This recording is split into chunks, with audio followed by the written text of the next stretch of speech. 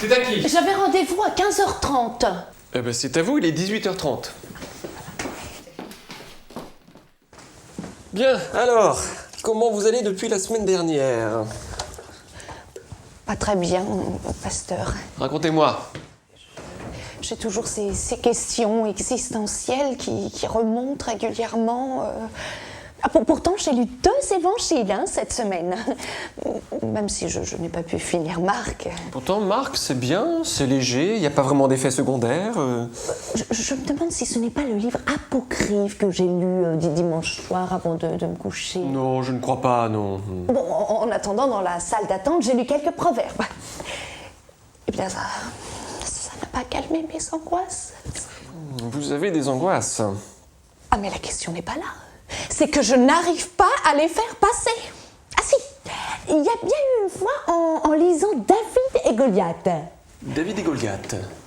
Mais oui, vous savez, un petit gros qui bat un grand costaud avec une fronde et un caillou, c'est plutôt rigolo.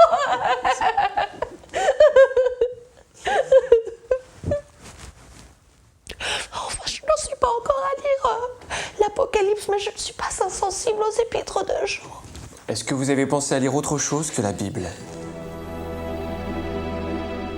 Comment? Vous... Pasteur, vous prenez les spiritualités douces? Non, non. Ah, mais moi, je ne pourrais jamais lire le Coran. Non, mais je pensais à des livres plus ludiques. Talmudique. Non, des livres ludiques. Ah, si! J'ai lu la Bible pour enfants. Je pensais à des livres, des romans, des bandes dessinées, des fictions. Bah, pourquoi faire? Ça vous permettra de penser à autre chose que ce qui vous angoisse. En somme, vous voulez que j'arrête de lire la Bible? Ce n'est peut-être pas aussi radical, mais diminuez les doses. Mais la pureté de la parole de Dieu, je ne peux pas la mélanger avec n'importe quoi. Ouvrez votre Bible. Première page. Qu'est-ce que vous lisez? La Sainte Bible. Et C'est tout. en dessous. Nouvelle version, second, révisée. Qu'est-ce que c'est? C'est la date de péremption. Vous voyez, ce n'est pas le texte originel.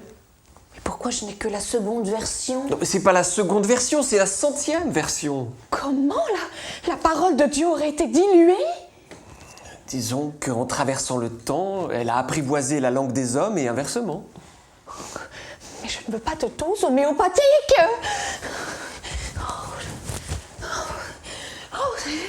Vous n'auriez pas un verset miracle là qui pourrait m'apaiser?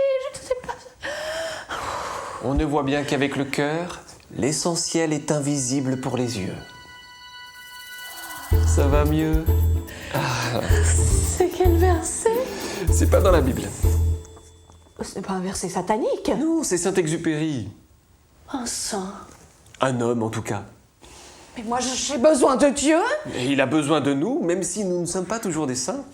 Mais enfin, vous pouvez bien me prescrire un Notre Père. Voilà, un Notre Père le matin ou une parabole le soir pour m'aider à m'endormir. Si vous voulez, mais vous risquez d'être vacciné. Vacciné. Mais ce n'est pas un grimoire avec des formules magiques. Votre maladie, elle est là. Et moi aussi, je suis malade. Nous avons tous une malformation cardiaque. Ce livre est là pour nous donner du souffle au cœur. Un souffle au cœur? Comment bat votre cœur lorsque vous lisez les béatitudes? S'emballe-t-il sur le cantique des cantiques? Vibre-t-il lorsque Jésus marche sur les eaux? Maintenant que vous le dites, je sais bien quelques palpitations. Mais bien sûr que vous avez des palpitations. C'est votre cœur qui bat. C'est la vie. C'est moi, c'est l'heure de mes psaumes. Encore merci, hein. Monsieur le pasteur? Ça n'a pas l'air d'aller. Ah ouais. Alors, vous en prenez 2 tout de suite et 2 ce soir, juste avant de vous endormir.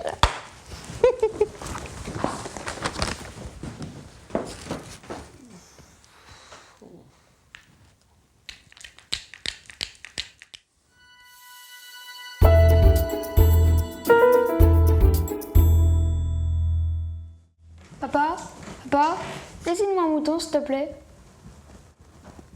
J'ai pas le temps, là. S'il te plaît. Tu veux un sourire sur ton mouton? Oui. Tu connais l'histoire de la brebis perdue?